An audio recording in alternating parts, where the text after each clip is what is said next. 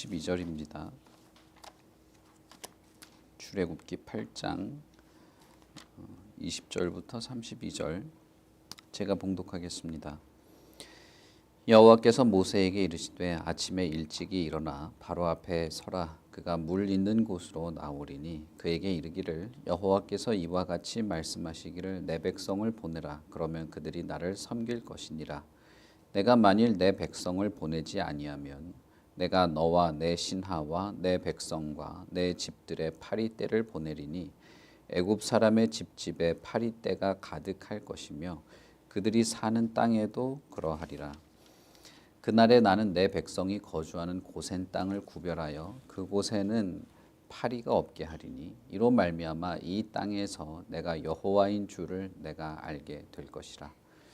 내가 내 백성과 내 백성 사이를 구별하리니 내일 이 표징이 있으리라 하셨다 하라 하시고 여호와께서 그와 같이 하시니 무수한 파리가 바로의 궁과 그의 신하의 집과 애굽 온 땅에 이르니 파리로 말미암아 그 땅이 황폐하였더라. 바로가 모세와 아론을 불러 이르되 너희는 가서 이 땅에서 너희 하나님께 제사를 드리라. 모세가 이르되 그리함은 부당하니이다. 우리가 우리 하나님 여호와께 제사를 드리는 것은 애굽 사람이 싫어하는 바인즉 우리가 만일 애굽 사람의 목전에서 제사를 드리면 그들이 그것을 미워하여 우리를 돌로 치지 아니하리이까. 우리가 사흘 길쯤 광야로 들어가서 우리 하나님 여호와께 제사를 드리되 우리에게 명령하시는 대로 하려 하나이다. 바로가 이르되 내가 너희를 보내리니 너희가 너희의 하나님 여호와께 광야에서 제사를 드릴 것이나 너무 멀리 가지는 말라. 그런즉 너희는 나를 위하여 간구하라. 모세가 이르되 내가 왕을 떠나가서 여호와께 간구하리니 내일이면 파리떼가 바로와 바로의 신하와 바로의 백성을 떠나려니와 바로는 이 백성을 보내어 여호와께 제사를 드리는 일에 다시 거짓을 행하지 마소서 하고 모세가 바로를 떠나 나와서 여호와께 간구하니 여호와께서 모세의 말대로 하시니 그 파리떼가 바로와 그의 신하와 그의 백성에게서 떠나니 하나도 남지 아니하였더라. 그러나 바로가 이때에도 그의 마음을 완강하게 하여 그 백성을 보내지 아니하였더라. 아멘.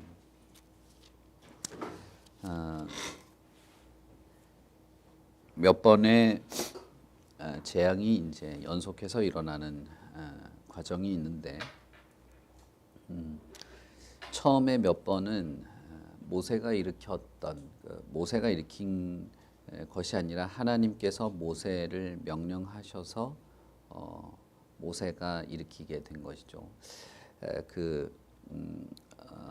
강이 피처럼 변한다든지 개구리떼가 들끓는다든지 먼지들이 이가 되어서 사람들을 괴롭게 하는 이런 것들은 어떤 하나의 상징적인 이적들이기도 합니다. 그런데 그것은 다 모세의 능력에 따른 것이 아니라 하나님의 능력으로 일어난 것이다. 다만 모세가 하나님의 명령을 따라서 그런 일이 일어나게 되는 일이 있었죠. 어쨌든 몇 번의 그 자연재해가 발생하게 됩니다. 그럴 때마다 바로의 술사들도 비슷한 것들을 하게 되죠. 뱀이 이렇게 지팡이가 뱀으로 변한다든지 개구리떼가 튀어나오게 된다든지 하는 그런 것들입니다. 그런 것들을 모세뿐 아니라 바로의 술사들도 비슷하게 했기 때문에 바로는 모세의 말과 어떤 그 재앙들, 하나님의 능력을 가시적으로 보여주게 되는 그런 재앙들에 대해서 무시하게 됩니다. 그러니까 하나님의 말씀과 그 말씀이 하나님으로부터 나왔다고 하는 어떤 증거들을 보면서도 무시하게 되는 일이 이어지게 되는 것이죠. 그러나 가면 갈수록 모세가 바로를 찾아와서 말을 하고 하나님의 말을 듣지 않는다면 어떤 재앙이 생길 것이라고 하는 것들을 이제는 점점 이렇게 따라할 수 없는, 다시 말하면 점점 더 파괴력이 큰 재앙으로 나아가게 되는 것이죠.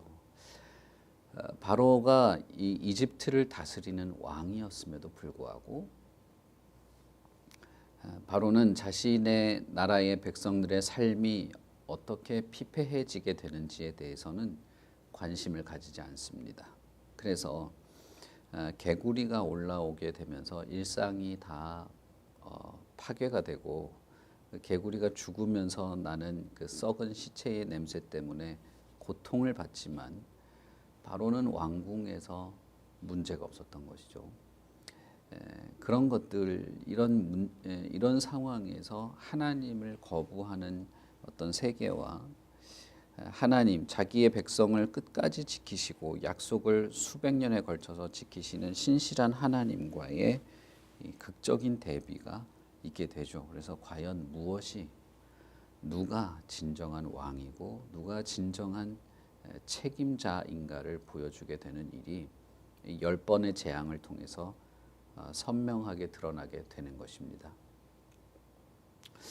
그리고 오늘 우리가 읽은 이 8장 20절부터 이어지는 내용은 파리 때가 갑자기 창궐하게 되는 그런 일이 있게 됩니다. 20절에 보시면 20절도 여호와께서 모세에게 이르되 아침에 일찍이 바로 앞에 가라라는 말로 시작을 하게 됩니다. 그러니까 첫 번째 갔을 때 지팡이를 뱀으로 바꾸는 일을 할 때도 하나님이 모세더러 가라고 했죠.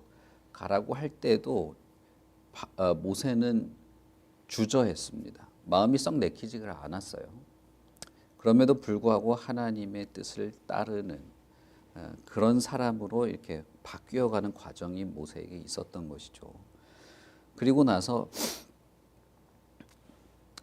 분명히 바로는 모세의 제안을 거절했습니다. 그러니까 너무나 큰 존재, 너무나 강력한 어떤 힘, 넘을 수 없는 벽 같은 자에게 감히 이 히브리 노예 출신의 한 사람이 이 늙은 사람이 간 거죠. 그랬는데 거절당한 것이죠. 그러면 그 다음에 또 갈 수 있겠습니까? 또 가서 똑같은 이야기를 할 수 있냐는 거죠. 우리가 살고 있는 세상에서는 뭔가 내가 원하는 것을 얻고 상대방과의 어떤 관계 속에서 이것이 되게 만들려면 타협과 협상을 해야 합니다. 모든 것이 다 모든 이 인간 사회가 그렇죠. 그런데 모세는 두 번째 바로를 만나러 가서도 똑같은 이야기를 하는 거예요. 전혀 한 걸음도 뒤로 물러가지 않았습니다. 하나님께서 다시 바로를 만나러 가라라고 할 때 모세가 가고 싶었을까요? 진짜 뭐라고 해야 될까요? 하나님이 나를 통해서 일하시는구나. 와, 신난다 이러면서 가고 싶었을까요? 아마 그러지 않았을 겁니다. 그런데도 모세는 이제는 물론 이 내용상 편집이 물론 있는 것이긴 합니다만 모세는 하나님과의 관계에서 어떤 사람으로 변화되어 가고 있다는 것을 여러분 우리는 이해를 해야 합니다. 그가 바로를 만나는 횟수가 많아지면 많아질수록 사실은 더 만나러 가기가 힘든 겁니다. 싫어하는데 분명히 싫어하고 거부하는데 그럼에도 불구하고 하나님은 아침에 일찍부터 바로를 찾아가라고 한 것이죠. 이 과정에서 모세는 단순히 바로와 싸우는 사람이 아닙니다. 이 과정에서 모세는 하나님의 뜻을 이해하고 그러나 하나님께서 무엇을 위해서 그리고 무엇을 계획해서 하는지 다 이해할 수는 없어도 하나님께 받은 일, 하나님이 원하시는 것에 자신의 인간적인 모든 한계와 주저함과 연약함들 그리고 상황의 어려움을 극복해 나가는 사람으로 성장해 나가고 있는 것입니다. 그러면 여러분 하나님은 모세도 다루고 있지만 이집트 이 바로도 다루는 이 두 가지 일을 동시에 하고 있는 것이죠. 그래서 이 재앙이 이어지는 과정은 분명히 하나님의 영광스러운 능력을 드러내는 분명한 목적이 있죠. 그것뿐만 아니라 모세라고 하는 이 늙은 사람, 거의 100년 전에 하나님께서 하나님의 뜻을 이루시려고 아브라함에게 한 약속을 이루시려고 택한 이 사람, 죽을 위험에 있었지만 그 갈대상자에 놓인 갓난 아기가 자신의 힘으로 아무것도 할 수 없는 완전히 무력한 존재였을 때 하나님께서 기꺼이 구출해낸 이 사람을 하나님은 지금 거의 100여 년 동안 다루고 있다는 사실입니다. 그를 연단하고 훈련하고 바꾸어 나가고 하나님의 기쁘신 뜻이 이루어지는 과정 속에 한 순간과 한 자리를 담당하도록 하기 위해서 모세를 다듬어 나가고 있다는 사실입니다.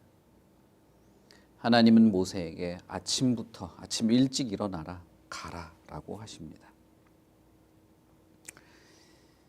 그리고 모세는 하나님께 받은 명령대로 바로를 아침부터 나가서 만나는 것이죠. 그리고 똑같은 이야기를 합니다. 전혀 바뀐 것이 없죠. 우리를 하나님께 하나님을 제사하도록 우리를 내보내 주십시오. 지금까지는 이 세 번의 바로와의 만남 속에서 바로는 점점점 더 지금 완악해져 가고 있습니다.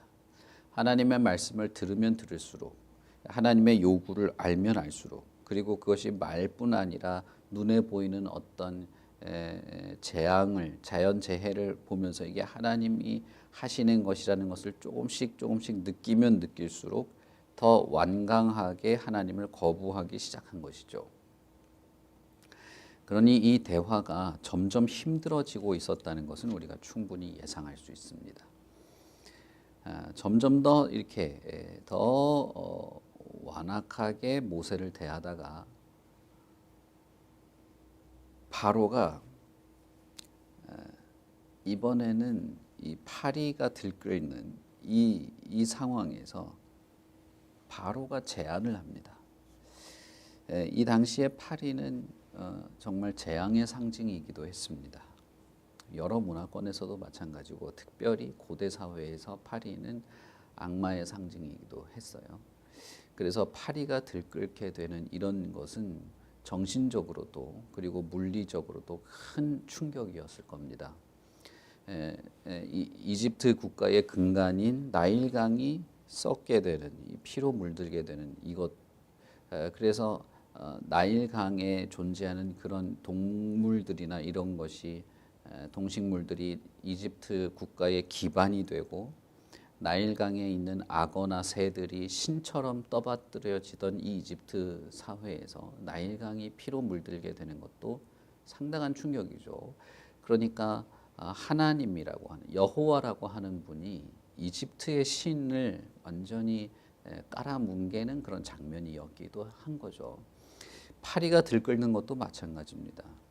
모세가 언급하고 있는 이 여호와, 이스라엘의 하나님 여호와라고 하는 이 존재, 이 신은 엄청난 재앙을 불러일으키기도 하는, 다시 말하면 이집트의 어떤 신도 대적할 수 없는 그런 파괴적인 재앙을 불러일으키는 걸 느끼는 것입니다. 이 단순히 파리가 많아져서 기분이 나빠졌다 이런 것이 아니고 이것은 상당한 정신적인 육체적인 충격을 주는 것이고 이집트 사회 문화가 완전히 흔들리는 그런 엄청난 사건인 거예요. 그러니까 이집트에 있는 일반 시민들은 정말 삶이 다 망가지고 있는 상황이라고 보면 됩니다. 그때에 이제 바로는 협상을 하려고 해요. 그래서 모세를 부릅니다. 불러서 이제 한 걸음 뒤로 물러난 거예요. 너희들이 할 일이 없어서 여호와를 제사한다고 하고 더 가혹한 노동을 시키고 하던 이 바로가 약간의 유화 제스처를 취하는 것이죠. 그래서 제사 드려라. 제사 드리는데 이집트를 벗어나면 너희들이 어떤 일을 벌일지 모르지 않냐. 그러니까 이집트 내에서 제사를 드려라. 이렇게 하는 겁니다. 여러분 어떻습니까? 모세가 바로에게 원한 것은 물론 이집트를 떠나서 제사를 드릴 수 있게 해달라는 것이었지만 최소한 어느 정도의 타협점은 생긴 것이죠. 만약에 지혜롭고 유능한 사람이라면 이 타협점에서 서로 한 걸음 뒤로 물러나면서 적당하게 서로 윈윈하는 것을 택했을지도 모릅니다. 그러나 모세는 그것을 거절하죠. 왜냐하면 이것은 어떤 일을 해내는 것 자체가 목적이 아니기 때문입니다. 특별히 교회에서 우리가 어떤 일들을 할 때 일 자체를 하는 것, 그 일 자체가 성공적으로 진행되고 어떤 일 자체가 어떤 행사나 일 자체를 이루어내는 것을 목적으로 할 때가 있어요. 물론 처음은 그게 목적이 아니었을 수도 있죠. 그러나 조금만 시간이 지나게 되면 주객이 전도되는 일이 생기게 되는데 그건 뭐냐면 교회에서 어떤 행사 혹은 어떤 일 그것 자체가 목적이 되는 경우가 있는 겁니다. 그러면 이 제안은 아주 그럴듯한 제안이 되는 거죠. 합리적이기도 하고 적당히 타협하면 제사 지내는 것 자체는 할 수 있는. 여러분 그러나 하나님이 원하시고 모세를 통하여서 하나님이 하시려고 하는 것은 이 백성들이 나에게 제사를 드리면 좋겠다. 제사 자체가 목적이 아닙니다. 이집트를 떠나서 하나님께 제사를 드리는 이것은 아브라함에게 한 하나님의 약속이 성취되는 과정의 한 일부분이고 이것은 하나님의 뜻이 이루어져야 한다는 거예요. 하나님이 가장 중요한 가치이고 핵심입니다. 단순히 이집트 사람들이 모여서 우리 제사 드리자라고 하는 그런 어떤 일 자체가 최종적인 목적이 아닌 겁니다. 정말 우리는 이걸 조심해야 돼요. 우리 교회는 뭐 그렇게 특별히 하는 일이 많지도 않습니다만은 그럼에도 불구하고 일 자체가 목적이 될 수 있어요. 그 목적이 하나님이어야 돼요. 어떻게든 그것이 하나님의 뜻을 이루는 과정 속에 있는 하나의 일이지 그것 자체가 목적이 돼서는 안 되는 겁니다. 바로는 제사는 드릴 수 있지 않냐. 굳이 장소가 중요하냐 이 소리를 한 거죠. 이집트 나가지 말고 여기서 해라. 정신이 똑바로 박힌 사람이라면 이집트의 최고 권력자가 이 정도까지 했으면 받아들여야 됩니다.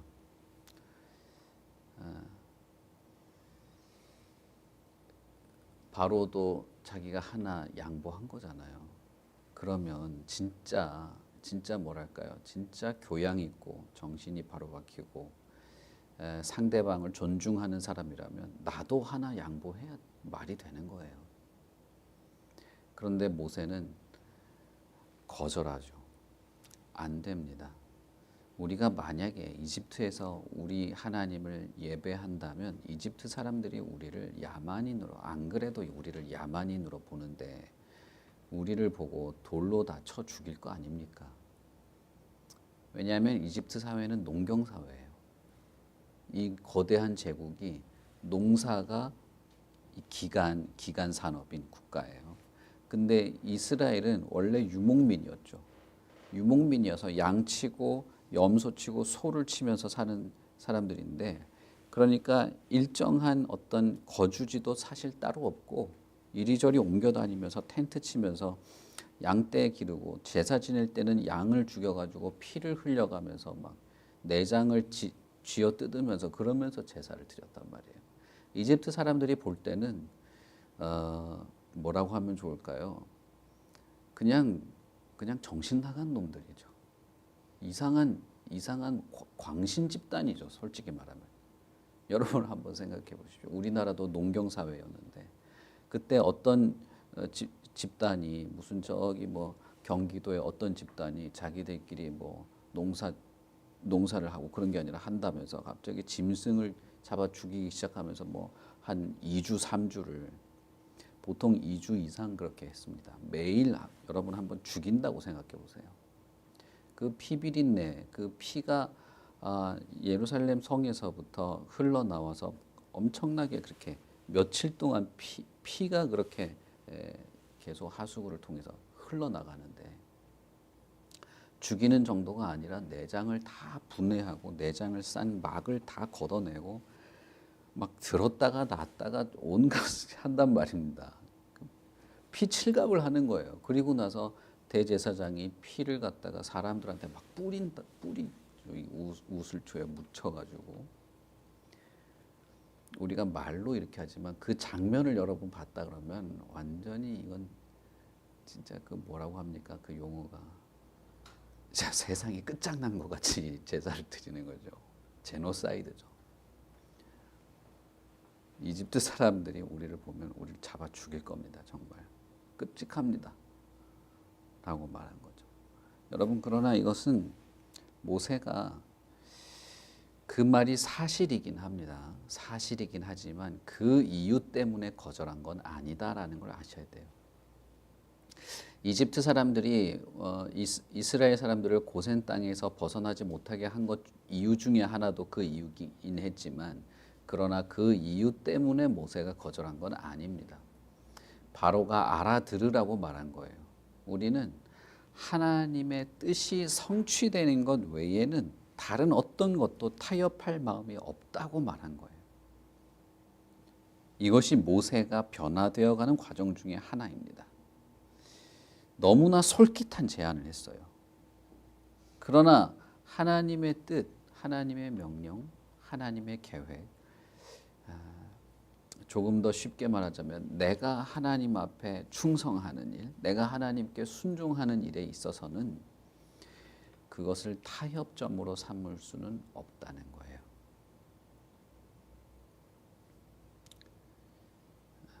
그러나 이 파리가 너무나 끔찍했기 때문에 바로는 모세의 말을 받아들입니다.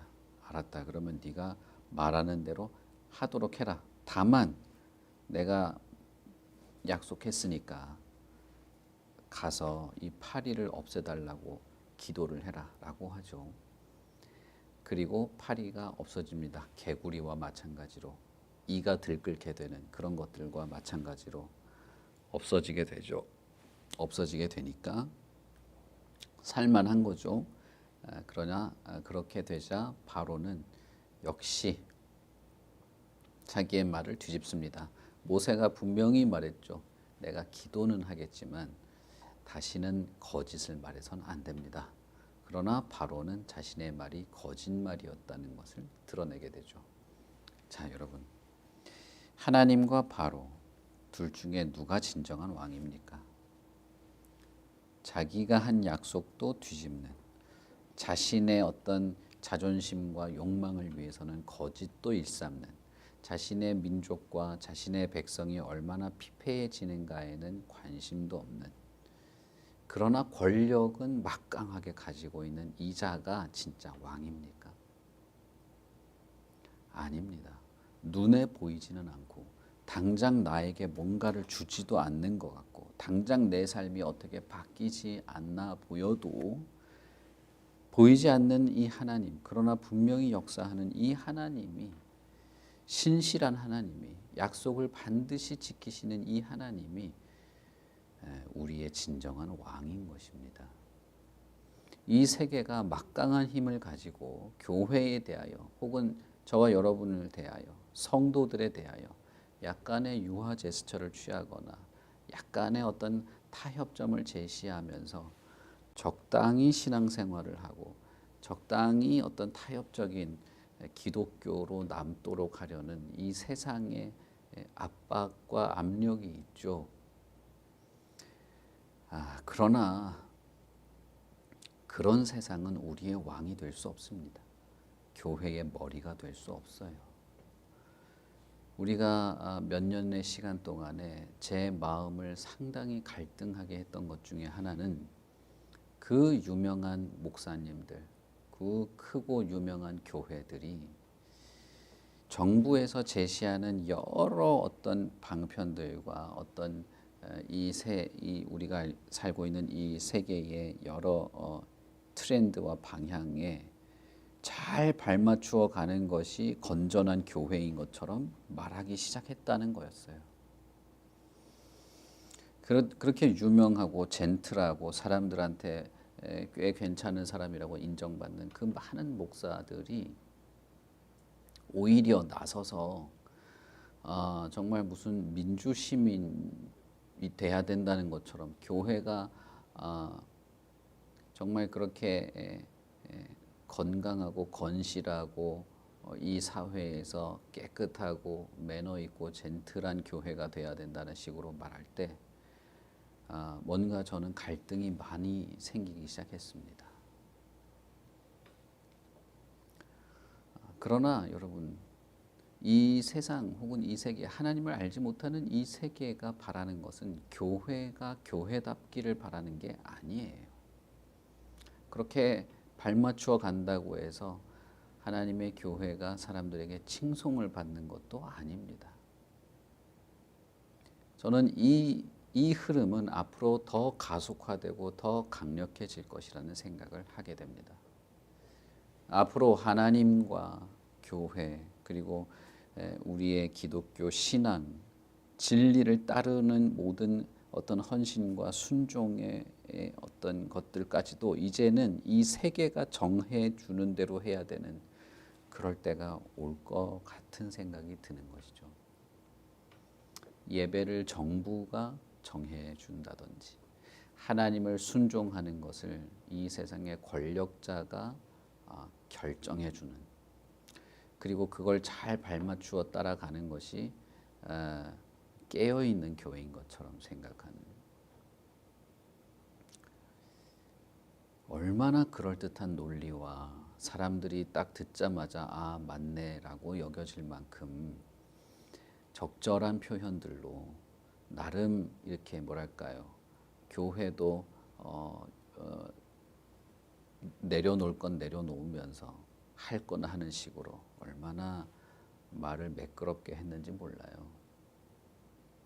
그러나 여러분, 정말 그분들의 말대로 생각해 본다면 여기 있는 모세는 진짜 뭐랄까요, 그분들의 표현대로라면 똥꼬집만 부리는 교회인 거죠. 그분들의 표현대로 보자면 모세는 이 사회에 책임감 있는 시민의 모습이 아닌 것이죠. 그러나 우리는 둘 중에 하나를 선택해야만 합니다. 누가 진짜 왕인가 하는 거예요. 누가 우리의 예배의 대상이고 누구의 뜻대로 예배해야만 하는지를 우리는 결정해야 합니다. 앞으로 바로는 자신의 말이 거짓이었다는 것을 계속 증명하면서도 계속 타협을 시도해요. 만약에 2020년대, 2021년, 2022년 그때 당시에 대한민국이었으면 정말 이 정부가 교회를 위해서 많이 애를 쓰고 있구나 이렇게 받아들일지도 모르죠. 그러나 우리는 하나님의 책임감 있는 하나님의 역사, 그리고 그것을 신뢰하는 성도의 기준, 성도의 방향이 무엇인지를 생각해야 하는 그런 위치에 있는 것입니다. 마치 출애굽을 앞둔 이스라엘, 바로와 대면하는 모세와 같은 시기가 지금의 시기이기도 한 것이죠. 그러니 이 수천 년 전의 이 사건은 조금도 변화된 것이 없습니다. 참 아이러니하게도 이게 반복되는 것 같고, 특별히 현대 대한민국에 있는 우리가 지금 이 출애굽기 여기에 있는 이 상황에 우리가 들어와 있는 듯한 그런 느낌을 받게 되는 것입니다. 여러분, 하나님을 의지하시고 하나님을 신뢰하되 하나님의 뜻과 그분의 진리와 규례와 율례와 하나님의 말씀을 마음에 단단히 붙잡으시고, 그리고 그것을 따라 순종하며 실천해 나가는 모든 삶에 있어서 하나님을 의지하며 해나갈 수 있기를 바랍니다. 하나님이 공급하시는 힘과 지혜와 능력으로 해나가고, 세상이 가지고 있는 세상의 규칙이나 법칙이겠죠. 그것을 우리가 완전히 무시하면서 살아갈 수는 없죠. 그러나 하나님의 말씀과 하나님의 섭리, 하나님이 우리를 이끌어 가시는 것에 대한 분명한 확신과 믿음 안에서 불안과 공포, 그 다음에 걱정, 그런 것들을 내려놓을 수 있기를 바랍니다. 하나님이 우리를 끝까지 책임지실 것입니다. 우리 같이 기도하겠습니다. 하나님 아버지, 우리가 살아가는 이 세상은 하나님을 존중하지 않는 세계입니다. 물론 하나님과 하나님의 백성에 대해서 적당한 협력과 타협을 하려고 할 수도 있을 것입니다. 그러나 하나님의 백성인 우리가 기꺼이 하나님의 말씀을 따라 살아가는 것은 하나님의 뜻이 이루어지고 신실하고 변함없으신 하나님께 충성하려 하는 것이지, 이 세계에서 그럴듯한 시민으로, 그럴듯한 교회로 사람들에게 광고를 하려고 하는 것은 아닙니다. 하나님이여, 우리가 살고 있는 이 세계에서 우리는 쉼없이 흔들릴 만한 여러 타협과 혹은 유혹과 그런 흔들리는 상황 속에 살게 되기도 합니다. 하나님을 예배하는 것, 하나님께 충성하는 것들을 자꾸 희석시키게 되는, 조금씩 한 걸음 물러나되 그래도 적당히 어느 정도는 할 수 있는 그런 식의 신앙으로 변질되지 않도록 우리를 도우시고 지켜주시기를 바랍니다. 하나님의 교회가 언제나 선명한 하나님의 뜻을 드러내야 하는 것이 맞는 줄 믿습니다. 모세가 바로에게 나아가서 언제나 변함없이 하나님의 말씀을 전한 것처럼 우리의 삶도, 우리의 교회도, 우리가 믿는 하나님의 말씀과 선포할 하나님의 뜻들도 언제나 선명하고 변함없고 진리를 전하며 따르는 그런 우리들이 되게 하여 주시옵소서. 오늘 우리가 살아가는 삶도 이 세상 속에서의 삶입니다. 끊임없는 어려움과 혹은 유혹과 혹은 죄의 함정들이 있을 수 있습니다. 하나님이 우리를 지키시되 흔들림 없이 지켜주시고 든든히 붙잡아 주시옵시고, 어디를 가든 무엇을 하든 변함없는 하나님의 자녀요, 하나님의 백성이요, 그리스도의 몸된 교회로서 살아가게 하여 주시옵소서. 감사합니다. 예수님 이름으로 기도합니다. 아멘. 하늘에 계신 우리 아버지여, 이름이 거룩히 여김을 받으시오며 나라의 임하옵시며 뜻이 하늘에서 이룬 것 같이 땅에서도 이루어지이다. 오늘날 우리에게 일용할 양식을 주옵시고, 우리가 우리에게 죄 지은 자를 사하여 준 것 같이 우리 죄를 사하여 주옵시고, 우리를 시험에 들게 하지 마옵시고 다만 악에서 구하옵소서. 대개 나라와 권세와 영광이 아버지께 영원히 있사옵나이다. 아멘.